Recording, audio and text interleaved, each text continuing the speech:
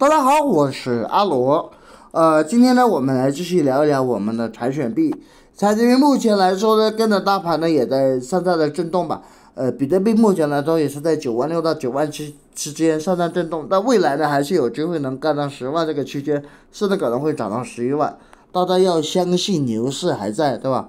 那么呢，我们的柴犬币呢跟着大盘呢也会有一个很大的一个拉升，对吧？柴犬币呢，这个币在去年的时候最高也是被拉到了一个这个价位，大概就是40.45的一个位置，对吧？现在的来说呢，虽然是属于回调，但是呢，依然是加仓柴犬币最好的时机。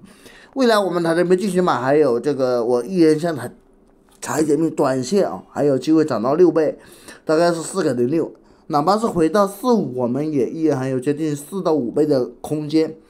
所以现在加上柴犬币是非常好的一个选择啊，而且的话呢，它的无论是排名跟市值呢也还是可以的。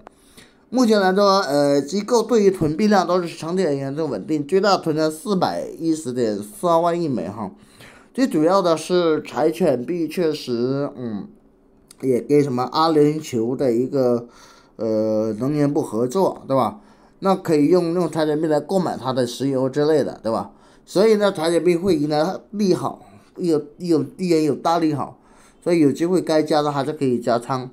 从资金层面来说，柴犬币还是有很多资金在不断的投入，对吧？很多人都在偷偷的抄底。现在来说，他们离场的很多人卖出的是反而是我买入的最佳时机啊。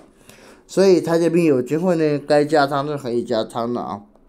另外呢，我们再来看一下大盘的一个行情。整体来说呢，现在得看空，但是呢，牛市依然还是在啊。我依然相信，牛市还在。比特币呢，今天也是有大量的这个币，有大量的机构在囤币。大家看这里，有7大机构都在加仓比特币哦，对吧？你看，都是加了几千枚的啊。所以呢，未来呢，依然有大行情啊。